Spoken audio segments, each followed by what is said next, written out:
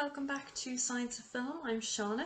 This week we're going to be looking at the third episode of the Marvel series Falcon and the Winter Soldier, which was called Power Broker. So we're going to put our 2 minutes on the clock. And let's get started because we've an awful lot to get talking on this particular episode. So this week's episode is really blurring the line between who has been established so far as good and bad. Of course, the Flag Smashers have been portrayed as the bad guys.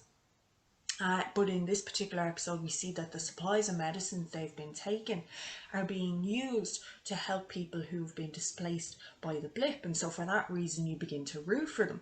Only later then for Carly to blow up a GRC facility with the workers still inside and claim that violence is the only language that these people will understand.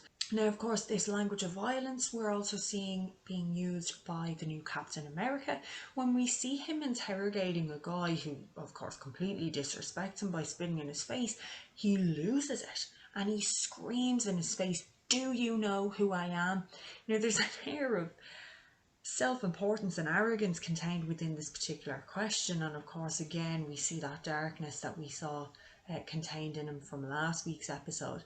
And this same darkness now we're also seeing contained within Bucky. Now, of course, Bucky is considered the good guy at this stage, and he has been reprogrammed by the Wakandans. But that violence that is contained within him from the Winter Soldier is still there, as we see from that fight scene in Madripoor.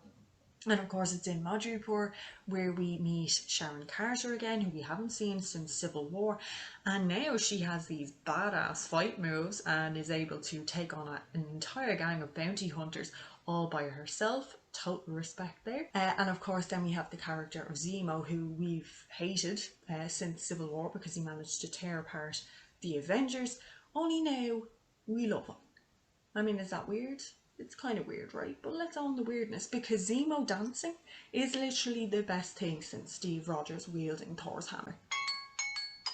I mean, it was pure TV gold. And I just want to see it on repeat because it was awesome. Okay guys, so that was our 2-minute review of the third episode on the Falcon and the Winter Soldier. There was a lot that occurred within this particular episode and I had a lot of thoughts on it. So again, as usual, if you want to know them, I'll leave the link to my blog Science of Film at the end of this video. Thank you very much for joining me this week. I look forward to seeing you all next week for the episode 4 review of this particular series. See you then!